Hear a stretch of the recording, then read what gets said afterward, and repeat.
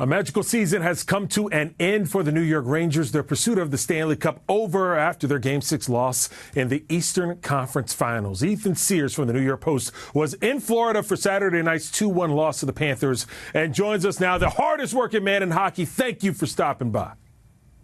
Thanks so much, Jason, for having me. I appreciate it. Okay, so let's do a little breakdown, a recap, if you will, of the season and the series that was. One goal decided each of the last 4 games in this series between the Rangers and the Panthers. What was it about these two franchises where they were so evenly matched, and what did Florida just do better than the Rangers to advance to the Stanley Cup Finals? You know, honestly, Jason, if it wasn't for Igor Shesterkin, I don't know if the series would have really been that close. You know, the Panthers were more physical.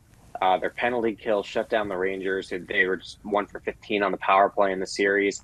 And Florida controlled play for pretty much from game 3 onwards. You know, this was a case of, Shesterkin keeping them close in every game. You know, we just saw him, even last night making save after save. And giving the Rangers a chance, but they were never really able to sustain the kind of offensive zone time, to sustain the kind of physicality to win enough puck battles, and ultimately just didn't really have that firepower to match what the Panthers brought in this series. All right, so it looks as if the Rangers just ran up against a juggernaut of an Eastern Conference foe. Right now, Florida, keep in mind, they were back-to-back Eastern Conference Stanley Cup playoff champions, advancing to the Stanley Cup Finals 2 years in a row. But the way these two franchises are both set up, both average age, under the age of 30, and we saw some comments from both dressing rooms going back and forth. Does it feel as if we're watching a playoff rivalry in the making between New York and Florida? Well, certainly these are two teams that, I think you would expect to maybe meet again in the playoffs in the future. I mean, like you said, Florida's going to the Stanley Cup Final for the second year in a row. They won the President's Trophy the year before that. The Rangers, they've been in the conference final 2 of the last 3 years.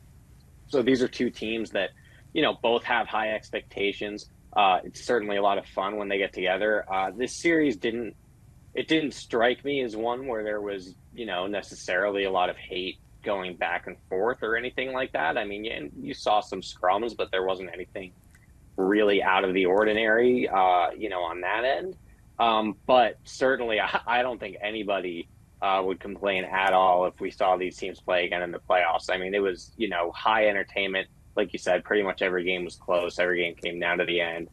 Two just really high-level teams going at it. So hopefully it is. It's interesting you brought up the fact that Florida won the President's Trophy last season. The Rangers won it this season, 55 wins, 114 points. So New York, they were a force on the ice in the 23-24 season. But now that the year is over, how should Rangers feel about the team that was and where their organization is now? Yeah, probably a little disappointed, maybe even more than a little disappointed. It's been a long time since the team that won the President's Trophy won the Cup. But, the fact is that if you're the best team in the regular season, and if you're, a team like the Rangers are that has been playing at a high level for, a period of years now, the expectation is to win the Cup. And the Rangers didn't do that. They had a great season. It was fun to watch them this year. They won 2 playoff rounds. That's not nothing. They showed a good accounting of themselves in this series and in these playoffs. But, the goal is to win a championship. And that's something that they haven't done for 31 years now. And ultimately, this team failed to do that. The President's Trophy curse. Can I tell you how many times I've seen that on X over the last 24 hours? Okay, so let's go ahead and look ahead to next season, where the work is now beginning for Peter Laviolette, head coach, general manager Chris Drury. What moves do you expect the brain trusts of the Rangers to make this offseason? Well, 2 big things I would highlight, Jason. The most important move for the Brass is going to be signing Igor Shesterkin to a long-term extension.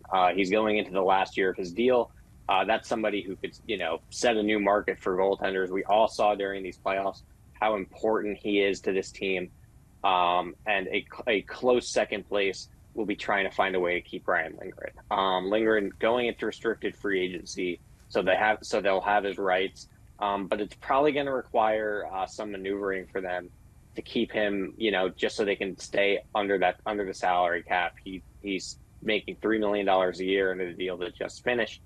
He'll be in line for a raise, and they've obviously got some other pieces to get in order as well. So doing all of that and staying under the cap, it's going to be really important, and doing it while keeping Lindgren. That's somebody who's been a heart and soul defender for this team. He's tough as nails. He's been Adam Fox's partner for years now. They're going to need to find a way to do it. And, it's not going to be easy. It might require, moving a player or two or making some hard choices in there. But I don't really think that Ryan Lindgren is the guy that they can let walk. A lot of work ahead for the Rangers as we await a new Stanley Cup champion. Ethan Sears from the New York Post, thank you so much for joining us to break down the 23-24 season for the Blue Shirts. Thanks so much, Jason.